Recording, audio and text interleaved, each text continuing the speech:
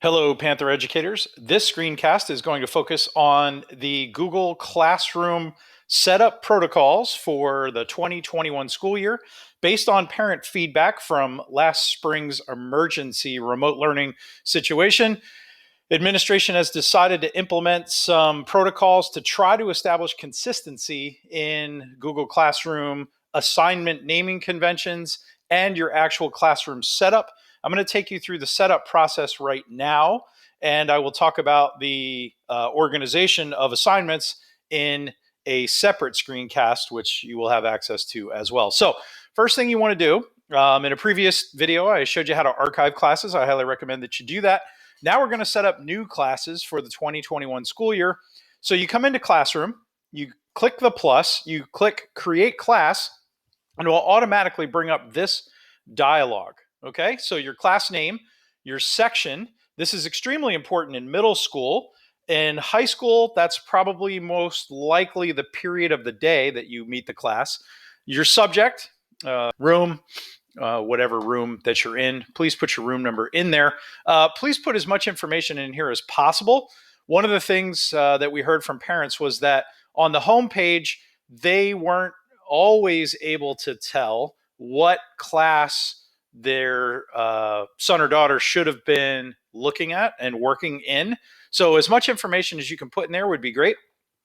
Just so you know, when you set up a class, your name as the lead teacher appears on the tile on the home page, like you see here with Emily Calaman in this 6th grade library class. I'm a student in that class. So they will see your name here. So you don't necessarily have to put your name in the title of the class unless you think it's easier for your students.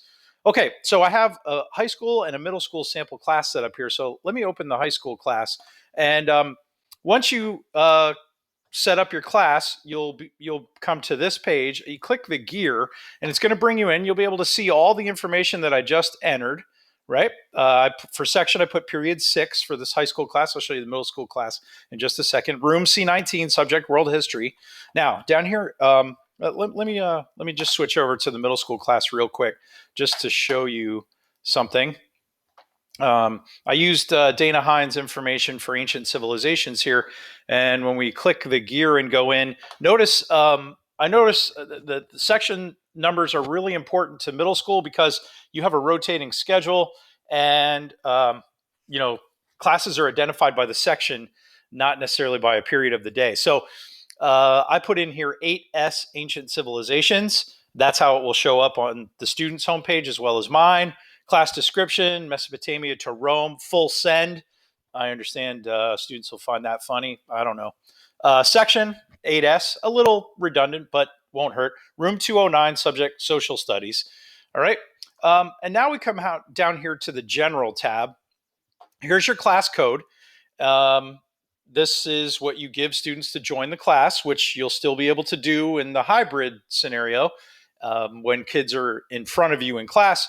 I'm going to talk about how to add class who may be remote, how to add students who may be remote to Classroom in just a second. Stream.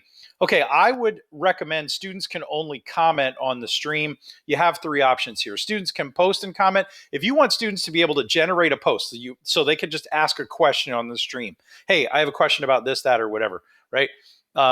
You would pick this one. Only teachers can post or comment. That means you can post, you can comment on your post or co-teacher's post, but students can't comment at all. I like this one, but again, that's personal preference. Classwork on the stream. Again, here you have 3 options. I like condensed notifications. So when I put an assignment on in my classroom, on my stream page, which remember is the page that students land on when they open that classroom from the classroom homepage, it will say Todd Whitman added Latin American Revolutions assignment. And that's it. That's condensed notification.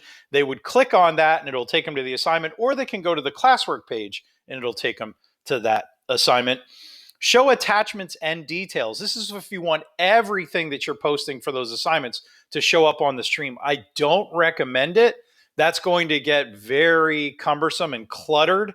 We're trying to avoid that. That was a complaint that we had from parents. There was just so much information to sift through, and classrooms looked so different from teacher to teacher. So I'm recommending condensed notifications. Hide notifications, then nothing assignment wise would post on that stream page. I don't recommend that only because remember, that's the landing page that students enter first when they enter the classroom.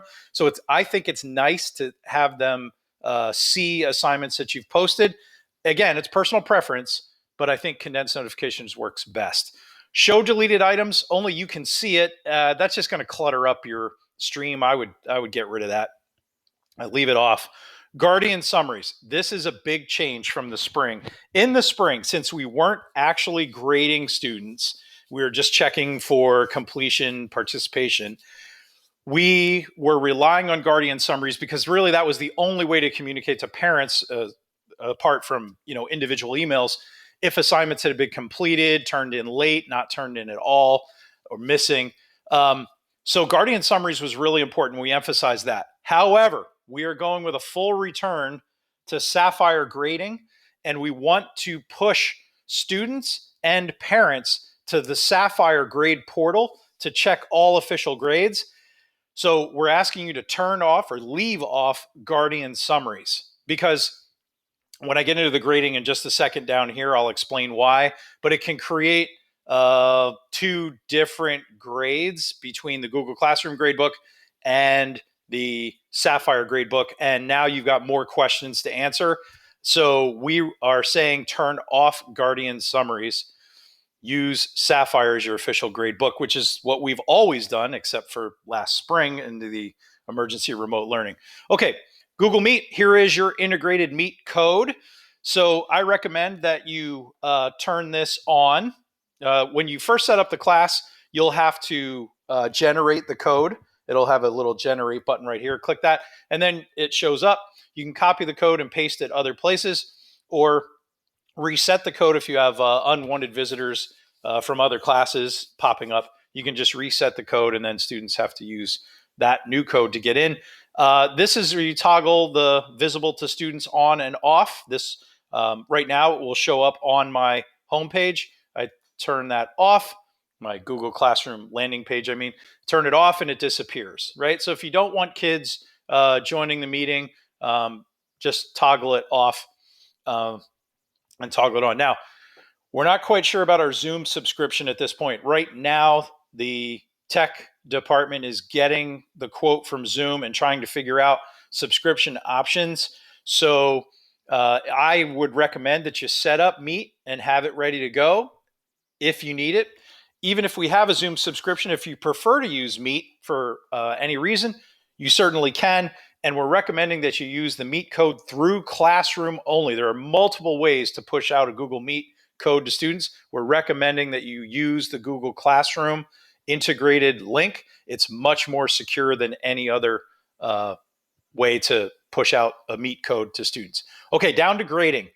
This again, related to the Guardian summaries above. In order to keep things as consistent as possible, we're asking you, this is the default, we're asking you to keep it no overall grade.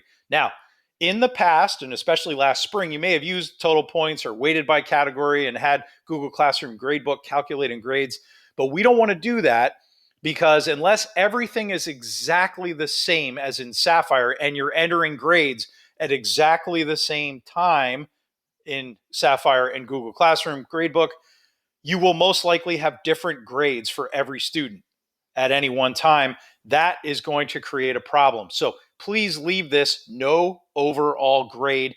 Again, we're trying to push students and parents to the Sapphire portal to get all their official grading information.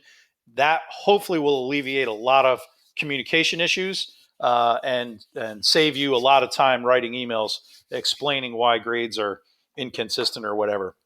All right, now, categories. Even though we're not using the Google Classroom Gradebook, I would still recommend that you set this up with anything that you normally use as a category in your classroom, right? So I have tests, homework, projects, and participation. So tests, normally, I'm not a 100-point test guy. I was a points possible, but I'll just go 100.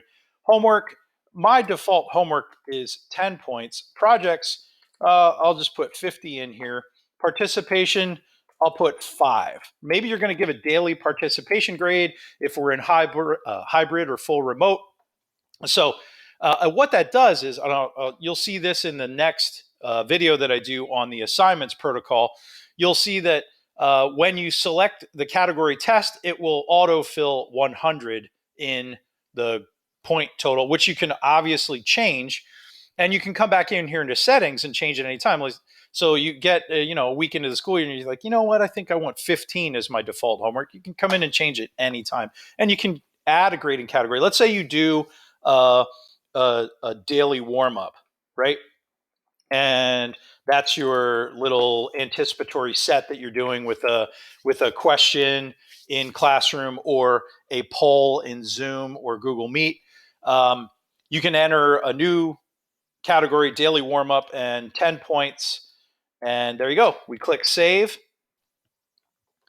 And there we go. Now, on your home page here, notice your class code is there. Your Google Meet link is here. And it's telling me right now that it's not visible to students. I don't have it on. So if I want to go in and change that, I just go down to Meet, toggle that on, click save. And now back on my home page, there you go, right? Students can just click that, they can see it, and they can go. Now, you may want to change your theme or upload your own photo. This is ancient civilization, so maybe the earbuds don't really go along with that, but it's not my call. If you click the toggle button here, you can see, and students can do the same, they can see all the other class information down here, which is why I said fill in as much of that information as you can on the class description window. All right, classwork. I am going to just go through this really, really quickly because we've got another video on assignments. So you can create an assignment, which is, attachments and directions, which is what we use it most for. Quiz assignment, which is going to give you the option to upload or create a Google self-grading quiz using Google Forms. And you can use Chromebook locked mode, which means students on a Chromebook can't open any other tabs while they're taking the quiz. You can ask a question, which is great for that anticipatory set warm up for the day, or your exit ticket to gauge participation at the end of a lesson. Material, this is what you would check for, if you wanted to push out just a reading assignment or an image or a folder of images, anything that you want students to have access to, but they don't really have to submit anything. And reuse post, this is going to be really, really helpful. This allows you to reuse anything in another Google class, a current class, an archive class from last year or 5 years ago. It's really, really helpful. And topic, this is going to be extremely important this year. We've decided, not me, administration has decided that we are going to organize Classroom by weeks of the school year, so it's easier for students and by extension parents to find information on assignments that are due this week in the school year. More on that in the next video as well. Here's our quick link to a Google Meet. Click that and you go right into your Meet. Google Calendar, this will show you all the assignments that you have posted currently. And your Drive folder, this is where copies of all the assignments that you've pushed out to students are located. The People page, this is going to be really important this year because typically I recommend that you give kids the class code, either put it on the projector, write it on the whiteboard, chalkboard in your class, and have students just enter the code when they go to Google Classroom. But for your fully remote students, you're not going to see them in person, and it's going to be hard to get them the code. So the easiest thing to do is just look at your class roster in Sapphire and go to students, click the plus, and we're going to add new students. So I just start typing Billman, and that comes up. And I type Heilman and Janet Heilman. I want to add Kathy Reedy. Okay, so when you start typing, you'll get a nice drop-down list of students. Make sure you're selecting the correct student, and then you click Invite. Okay, and in Classroom now, you'll notice that it says invited behind the people who haven't yet accepted the invitations, and they're grayed out. When they log into Google Classroom, the classroom will show up on the tile will show up on their homepage, and they have to click accept to join. There is a way to bulk add from an exported roster from Sapphire on an Excel spreadsheet. That takes a little bit of advanced know-how. It's not hard to do, but if you don't know how to do it, don't worry. Just use that method that I showed you. Okay, the last tab here, grades. Again, we're not using the grade book. However, when you start entering assignments in Google Classroom, the Classroom gradebook will show assignments with student grades here. That's why it's important on the settings page that you leave grading no overall grade, right? Because it won't display a grade to students. Please leave it that way to avoid any possible confusion. Okay, so I hope all that makes sense. I know that's a whole lot of stuff. Some of those procedures are new. Please watch the next video on assignments and using topics to organize Classroom this year. If you have any questions about the technical side of things, please let me know. If you have any questions about the protocols, please talk to your building administrator.